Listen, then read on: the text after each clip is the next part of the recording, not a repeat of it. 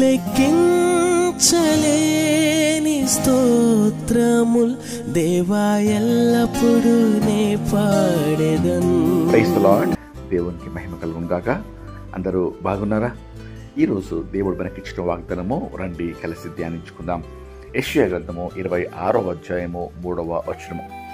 ఎవని మనస్సు నీ మీద ఆనుకొనునో వానిని నీవు పూర్ణ శాంతి కలవానిగా కాపాడుదు. ప్రియమైన దేవుడి బిడ్డలారా, ఈ ఆధునిక ప్రపంచంలో మానవునికి అన్నీ ఉన్నాయి, కానీ శాంతి లేదు, నెమ్మది లేదు, సమాధానము కరువైంది. ఎప్పుడు కలవరము, ఆందోళన, తెలియని భయము వెంటాడుతూ ఉంటుంది. దీని ద్వారా శారీరక, మానసిక, ఆత్మీయ ఒత్తిడి, రోగాలు మరియు వ్యాధులు అనేకములు పెరిగిపోతూ ఉన్నాయి. ఈ విధమైన జీవితము దేవుడు మానవునికి అనుగ్రహించలేదు. నిత్యము కలవరము, భయము, అశాంతితో కూడిన జీవితము దేవుడు మానవునికి ఇవ్వలేదండి. కానీ పూర్ణ శాంతి అనుగ్రహిస్తాను అని దేవుడు వాగ్దానము చేస్తున్నాడు.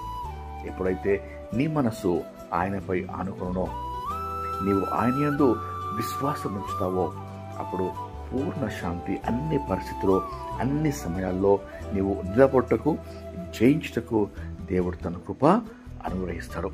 ఈ వాగ్దానము పొందుకుంటకు రండి, కలిసి ప్రార్థన చేసుకుందాం. ప్రార్థన.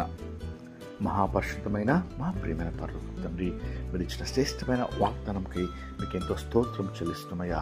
ప్రభా, ఎందరైతే ప్రార్థనలో ఏకీభవించున్నారో ప్రభా, శాంతి లేక ప్రభా, సమాధానం లేకుండా, అనారోగ్య పరిస్థితులతో ప్రభా, అనేకమైన కలవరములతో ప్రభా మీ బిడ్డలు ప్రార్థనలో ఏకీవించినారో ప్రతి ఒక్కరిని ప్రభా మీరు జ్ఞాపకం చేసుకోమని వేడుకొంచున్నాం.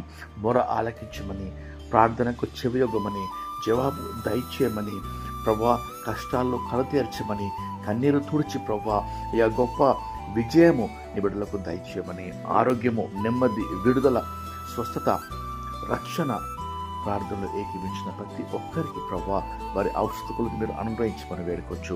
నీకే సమస్త మహిమ, ఘనత, ప్రభావంలో సమర్పిస్తూ నజరేయుడైన యేసుక్రీస్తు నామములో వేడుకొనుచు ప్రార్థిస్తున్నాం తండ్రి. ఆమేన్. దేవుడు మిమ్మల్ని దీవించును గాక.